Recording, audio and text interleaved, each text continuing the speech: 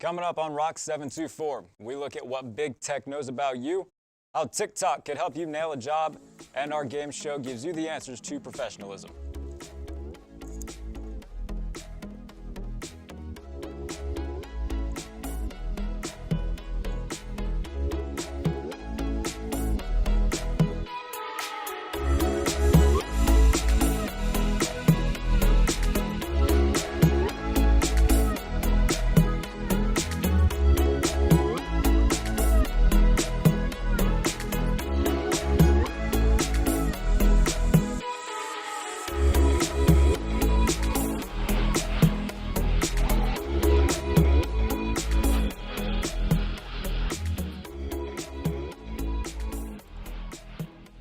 Our main story tonight is on social media. You know, that thing that we cling to like everything we value in life depends on it.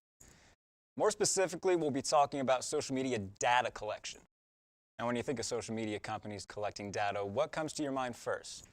Data such as your name, your email, your username, your password, and phone number is usually what people think of first. I'm here at the Student Center with what's your name and then what year are you? My name is Elizabeth Manley. I am a junior and my major is safety management with a double major in English writing with a concentration in creative writing. All right. All right, so what social media apps do you use the most? Probably Instagram and Snapchat. Okay. And then what data do you think that they are collecting from you? Oh shoot, probably like your location, frequently like visited locations, stuff like that. Like probably your Google searches, because you all see those ads of like what it's always tailored to like something you've Googled in the past. But yeah, just stuff like that. All right, well, did you know that they also track what websites you visit, your location pretty much all the time, stuff like that? I didn't, but I assumed that that was probably a thing. All right, thank you. In reality, social media companies are collecting way more data on their users than just that. While all the data you give companies access to is voluntary, no one is reading a 20-page terms of service agreement to understand what data is being collected, how it's being used, and who they're selling it to. So let's look at the process. Data collecting begins immediately when you download and start the app. And like we said a few moments ago, the companies have your name and email, they store your password, and most, like Twitter and Facebook, will have a photo of you, more than likely hundreds. But what about permissions? Now, while giving these apps access to your camera to upload more pictures of your food, your pets, a lot of them also access sections of your phone like your contacts. Has someone been reaching out to you about your car's extended warranty? There you go. According to an article from Forbes.com, social media companies collect so much data on their users, they can't remember where it all goes to and the ways that they do so. Now, all this data is collected and stored, and many companies then begin to build a computer-based personality of their users that end up knowing more about them than their friends and family. That profile allows the companies to sell advertising space and make money off of you. As the saying goes, if the product is free, then you are the product. Social media companies not only collect this valuable information for themselves, but they package it and sell it. While advertisers have always targeted their messages to demographics they prefer, now it's much more refined.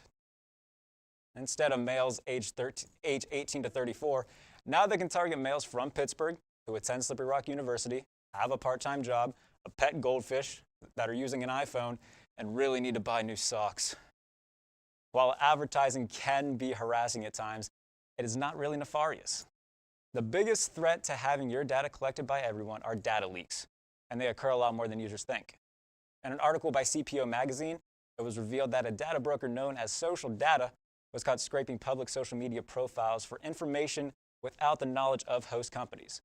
And according to the article, the data leak contained copies of around 235 million social media profiles. And among the uses that the information scrape could be used for includes scammers putting users' information on the dark web, which is alarming, to say the least. I mean, one day you're dancing on TikTok and the next your profile is being labeled on the dark web under the profile probably has good kidneys. So what precautions can we take to be safer on social media? I sat down with Dr. Stephen Larson, an associate professor at SRU that specializes on information and computer security. And while he provided a somewhat stark outlook on data collection, it wasn't all scary news. All right, so And obviously this episode is about social media. The story's about social media and data leakages. So what can you tell us in terms of what social media companies do with a lot of our data? Well, the social media companies say that they aggregate your data and no personally identifiable information is ever given out, but they will aggregate your data and then they will sell that to whoever wants to buy it. For example, if everybody on Facebook that lives in Slippery Rock is all excited about a certain brand of chocolate, then they will make sure that that certain brand of chocolate gets that information so they can either run a special or they can jack up the price because they know we're going to buy that chocolate anyway.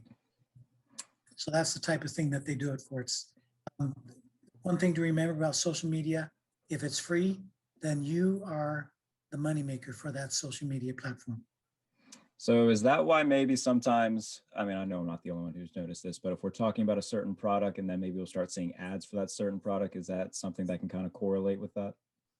Yeah, and they also check your email too, but if you have a post on Facebook or some other social media platform, you will notice that you'll see targeted ads in your email.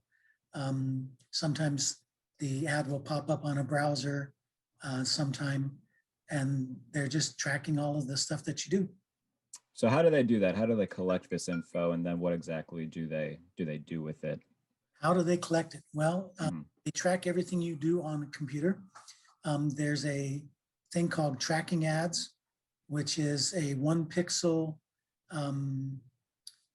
graphic, I guess you'd call it, that has a script attached to it.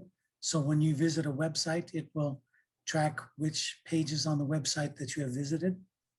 That's one of the ways that they do it. Another way that they do things is with a cookie. So everybody knows what internet cookies are. So they'll track your activity that way. So that's the legal way that they do it. They tell you they're going to do it, but it's buried in a very long, very legalese using article that nobody's going to read. Or they'll read the first paragraph and then scroll all the way down to the bottom, because sometimes the accept button won't highlight until you go all the way down to the bottom. Then they'll scroll the way down and then just accept it. The illegal ways that they do it, with the new laws coming out, is they will just use those tracking ads like I told you without telling you. Some states have laws that say you need both parties' consent to a recording. That also can apply to tracking your activity on the internet. If you don't consent, then some states will say that they cannot track that and collect that data. So in terms of what we can do to protect our data, should we just, stay away from social media completely? Would that be the best advice that you could give? But well, if you want to be a conspiracy theorist, yeah, stay away from social media. Or you're a technology Luddite, one of the two. But the other one would be, don't put anything on the internet that you wouldn't want your grandma to see or a potential employer. And even if you do that, you still have your friends that are tagging you in photos that be less than desirable for a future employer to see, because employers do look at your content that's out on the internet. Use a long, strong password, and don't use the same password in more than one place. Of course, that means you're going to need to remember passwords. You could use a password manager. But also one thing that people forget is, don't use the same username on every single social media platform, because that's easy to find your data. I mean, if I know your username and that's the same one you use on every site, if I find out your password, I might have access to 15 or 20 different sites. So, should we really delete all of our social media and scrub ourselves from the internet? It's probably a little bit extreme, but there are a few things you can do. First, limit what you share and who can see your information. Then, while going through those accounts, close the ones that you don't use anymore. Most companies like Facebook will delete all your data after so many days from your account being deleted.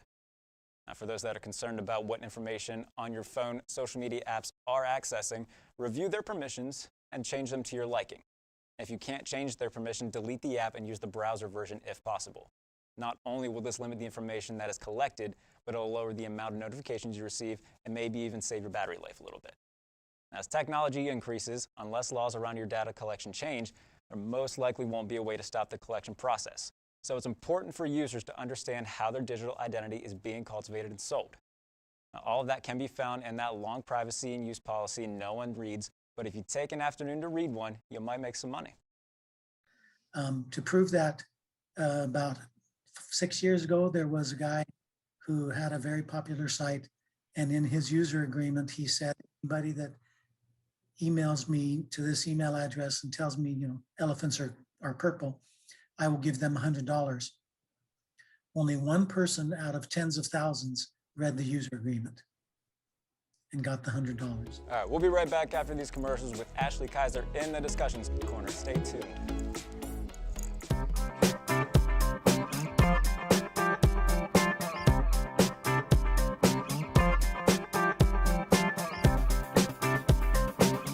WSRU-TV News is the student-run news station for Slippery Rock University.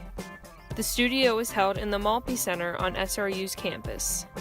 WSRU-TV produces multiple shows, including Around the Rock, A Week in Review, the SGA Update, the Rocket Sports Report, and the Weekly Bite. All shows on WSRU-TV are anchored, written, produced, and edited by SRU students. Students have the opportunity to learn valuable skills in the field of television broadcasting.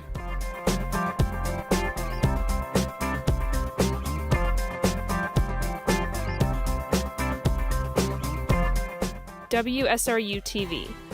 Your campus, your community, your station.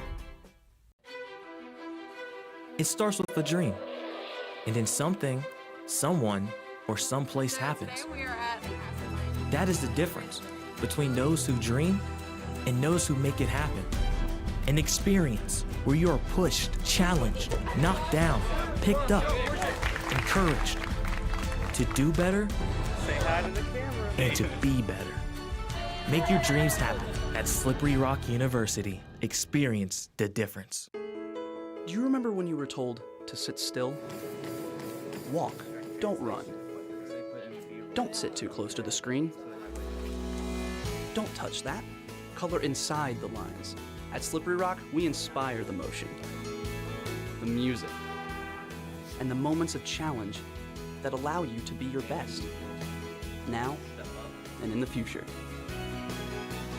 Slippery Rock University. Experience the difference.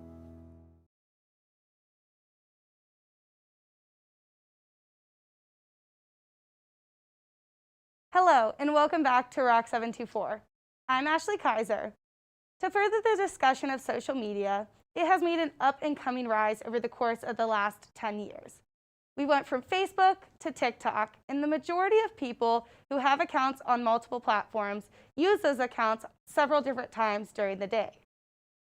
Some companies and individuals even utilize social media for their businesses and to connect with customers. Many of us nowadays are glued to our smartphones. You hardly see us without them in our hands. And I'm the first to admit that my amount of screen time I'm guilty of is really embarrassing. I find myself scrolling and watching TikToks for hours on end. Did you know in less than 18 months, the number of US adult TikTokers grew 5.5 times? What if I told you that there are influencers that base their TikTok content around teaching and informing users on ways to get ahead on the job market? From job searching, resumes, and even interviews. Today we're going to be watching and discussing some TikTok tips that will hopefully get you down a successful and motivating path for your future career. What is an adult problem that nobody prepared you for? College students not getting taught how to actually get a job. In 20 years of education, they do not tell you how to get past ATS. So here's a step-by-step guide with examples. Step 1, find a post on a job board. Step 2, scroll down to the list where it says what you'll be doing. Then make sure to highlight the technical skills that they're asking for. In this example, yellow is indicating which software you have to know, and blue is the more generic skills. You want to make sure that as many of these highlighted yellow skills are included in your resume as possible. Now, I already know what you're thinking. How the hell am I supposed to get experience with these skills? edX, LinkedIn Learning, and Coursera. Each of these websites have thousands of courses you can take for free to build that skill, which practically guarantees you an interview. But you need to listen up, because there is one more thing that everybody screws up. Your formatting needs to be ATS friendly, and I've done the work for you by providing a free template in my bio, so make sure to follow so you join the hundreds of thousands who are getting ahead and share. If you started to fall down the rabbit hole of job hunting like me, you might be asking, well, where do I start? Or what am I doing wrong? I'm in the process of searching and applying for jobs, and sometimes I just get discouraged. The process of sorting through job listings can be really intimidating and sometimes overwhelming. This tip has really helped me narrow down exactly what I'm looking for and allowed me to apply for job opportunities that I actually qualify for. It makes the process of finding listings less confusing. Once you find the position you're interested in, though, what's the next step? The mistake you learned the hard way that you can now help people to avoid. College juniors, seniors, and recent graduates. If you've been struggling to land a job, this is going to be the breakthrough that changes your life. Here's step-by-step how to do it. Step 1, search analyst on LinkedIn Jobs. Step 2, tap experience level and select entry level and associate in the drop-down box. Next, tap company and select all the ones you want to work at. Now you're seeing over 500 entry-level jobs at the companies you're targeting. The reason why every single one of you keeps getting rejected is because you don't do this next part. Choose one of these job postings, copy the job title and the location, paste the job title and company name into the search box. Then tap people, followed by locations to the right, and choose the one from the job posting. Now you're looking at 700 employees at the company's location who work directly in that group and can refer you for the job. And here's a free template you can use to reach out to them, so make sure to follow for part 2 so you can join the hundreds of thousands who are getting ahead, and share this with somebody who needs to see it. One of the main reasons that students who are applying for jobs are unable to get one is because they're unaware of the application tracking system, ATS. ATS is a smart talent management software that personalized to meet a company's needs. The software essentially scans applicants' resumes.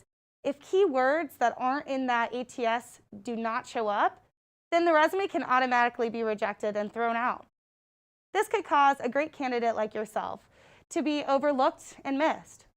So take the time to look at the ATS-friendly resume templates and modify your resume for each job you apply for. This TikTok user has several examples listed on his page. It's now time for the interview process, and it can get scary. What's the best answer? What do you say? Let's find out.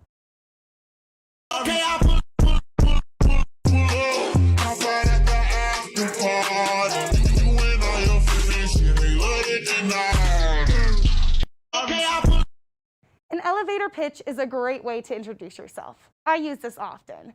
It gets the important information out and lets the interviewer know who you are. Knowing how to present yourself in a professional way is key when interviewing. Organizing your information and presenting it in an elevator pitch format can lead you to great opportunities. You want to introduce yourself, list your qualifications and experiences, and give examples on how you would be successful in their job position. This template has allowed me to sound more professional and giving me confidence in interviews. So what else do you need to say? I don't wanna lose you now. I'm looking right at the other half of me. But they can see the state in my heart. There's the space and now you're home. Asking questions will only get you further. It shows that you're interested and you want to learn more. These questions listed in the TikTok are appropriate informational questions that companies want you to ask. In my experience, it excites the interviewer that you've done your research and prepared for that call. It should be a conversation between two, not one. You want to also make sure that the job you're applying for meets your expectations and your needs. Social media can be a really useful source when looking for a job. Now I won't feel as bad for spending hours on end on TikTok. I'm doing research. What are your social media presence? Have you thought about it? Anyone can see everything you're posting nowadays. Social media professionalism can determine whether you're hired or maybe even fired. Next, we're going to hear from Robert as he speaks to a student about their presence on social media and whether or not they're aware of companies and how they track high-profile management. Hello, I'm Robert Gettings with Rock 724, and today we're talking with somebody who runs a larger public Facebook page. How you act over social media and what you post makes a big difference in what people think of you, especially running a business. So let's take a look and talk with them. I'm Kennedy Tabor. I'm a first-year nursing student at Nicholls State University in Louisiana. In freshman year, I started a Facebook-based business where I sell sugar gliders. I'm phasing it out now that I'm getting further into college and nursing school, but I learned a lot about how to convey my personality and how I want to convey my personality on social media. I typically post an advertisement, and I want to make sure that the photo's high quality, that the gliders look healthy, happy, and they're being cared for. It makes me look responsible for my business. It makes me look like I'm invested in what I'm doing, and I really care about how the gliders are doing, which is important. I try to maintain a friendly, approachable way of speaking on my page. Like, I will use emojis, for example, talk about the glider's sweet personality and what they like to do, their favorite treats, and things like that. Like, putting in all these little details about the babies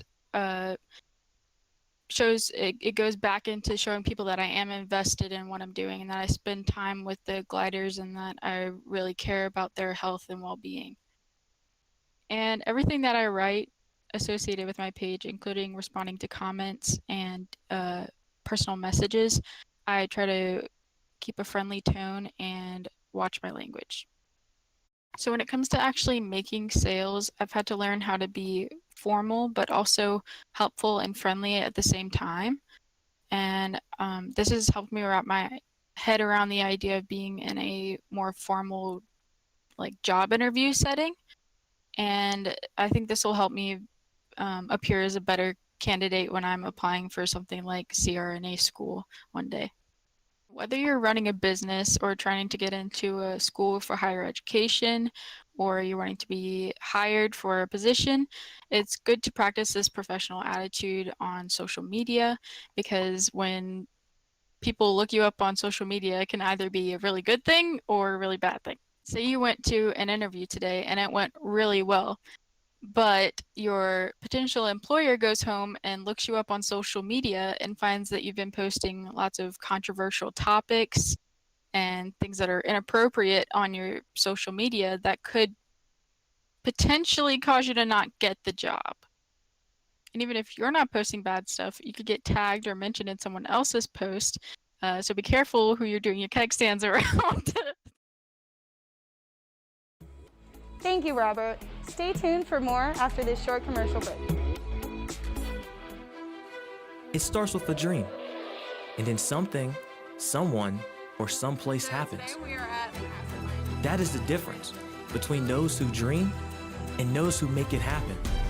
An experience where you are pushed, challenged, knocked down, picked up, encouraged to do better and to be better.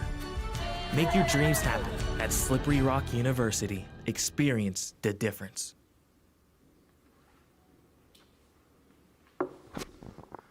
I still don't know what I'm doing after college. How do I make a resume? Oh, not you again. Get out of here, man.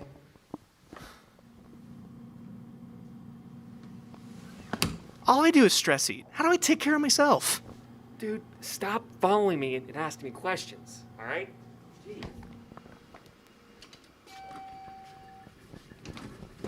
Okay, so for like the last question, I really need to know what the... No more questions today, man. No. I need answers still!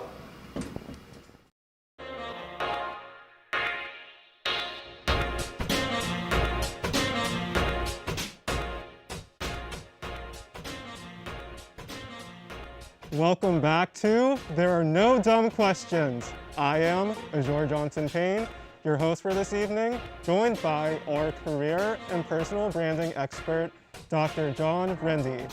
Dr. Rendy is the Assistant Vice President Director for Career and Academic Progress here at SRU.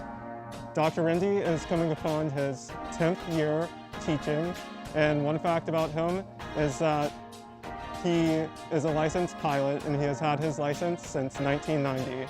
That's an entire 8 years before I came into existence. Thanks for being a part of the show tonight, Dr. Rindy, and sorry to age you. Okay, now viewers, please listen carefully while I explain how things work. At the bottom of your screen, there's a unique code to join our Kahoot. You can join with your computer or any device that has access to Apple's App Store or Google's Play Store. Once you've entered the unique code, you should now officially be in our quiz lobby. We've sent Kyle around campus to conduct student interviews based on our topic of the day, resumes and networking. Each round starts after we catch Kyle ask our official topic-based questions in his student interviews. After we collect how our students from campus responded, we will then come back live to me from Multi Studio to officially start the Kahoot timer. At this time, Kahoot will give participants 20 seconds to lock in their answer choices. But be careful, once you select an answer, you cannot alter your decision. When all of the at-home answers are officially locked in, we will then check in with Dr. Rindy to further elaborate. Remember, to participate, you must join our official Kahoot lobby with the unique code at the bottom of your screen. Now, I know that seems like a lot, but hopefully I didn't scare you all away.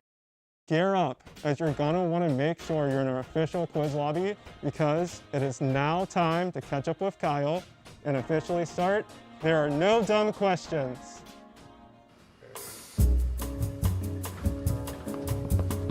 Hi, I'm Kyle Steinle, and I'm out here on SRU's campus again to ask our students if they know how to brand themselves. Come on. All right, we're back with another group of students here on campus. All right, what are your guys' names, major, and year of school? Nathan Eady, I'm a sophomore in the HK major. I'm Chloe Krupakis, I'm a junior in the computer science major. All right, so our first question today for this group of students is, why is it important to have a resume? It's important to apply for jobs with a resume and to focus on your career path down the road. Solid answer. Back to you.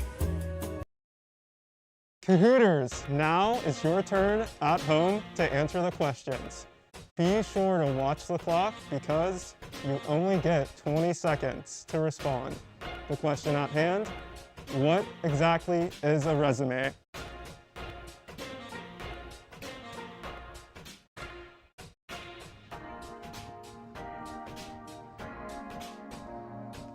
And now, let's check in with Dr. Rindy to further elaborate. So it's the most recent, most relevant information about you, expressed in the most clear, concise, and consistent way. You need a resume when the job requires you to upload a resume, first of all. I guess I can expand by saying that you won't need a resume if you have great contacts who are just willing to hire you. Most of my corporate world experience, the first 20 some years of my career, I never had a resume because I always just knew people who would hire me. But today, in most jobs, you still need a resume of some sort. Dr. Rindy wants students to know that you never write a resume for yourself. On the first read, most resumes go through ATS, applicant tracking systems, to make sure that you read the job description and be sure to utilize key terms and skill sets that are listed. Now, let's turn back into Kyle for question number 2. All right, we're back on campus asking some more students about these questions that we have today. So what are your guys' names, majors, and years of school? I'm Ashley, I'm exercise science major. I'm a sophomore. I'm Ada, and I'm a red therapy major, pre-OT, and I'm also a student. All right, so our next question today is, what should you not include on your resume? Stuff from high school and stuff that isn't actually true about yourself.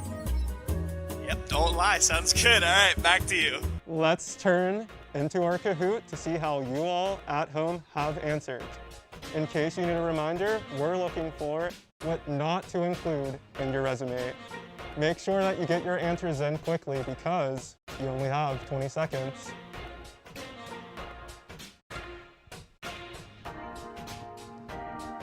And now, let's refer back to Dr. Rindy to elaborate. As far as pictures go, well, if you're going to hand deliver a resume to someone, you can have things like color and lines and those sorts of things, but most resumes today you upload. Unfortunately, a lot of the contemporary applicant tracking systems cannot read resumes that have color and lines and graphics and pictures. And so that's why you want a plain text-based resume. And let me also add, we know people discriminate out there, right? Put a picture of yourself and, that can also get you knocked out of a search. So you want your resume chock full of stuff that you could tell stories about, that you're comfortable answering an interview question and making it last, 45 seconds to a minute and a half. Aside from avoiding using pictures and other decoratives on your resume, Dr. Rindy wants students to know that having a 2-page resume is perfectly acceptable for some industries. This is more relevant in careers such as education, which not only requires, but expects a lot of work experience. Now, the moment we've all been waiting for, let's turn back to Kyle with our final question.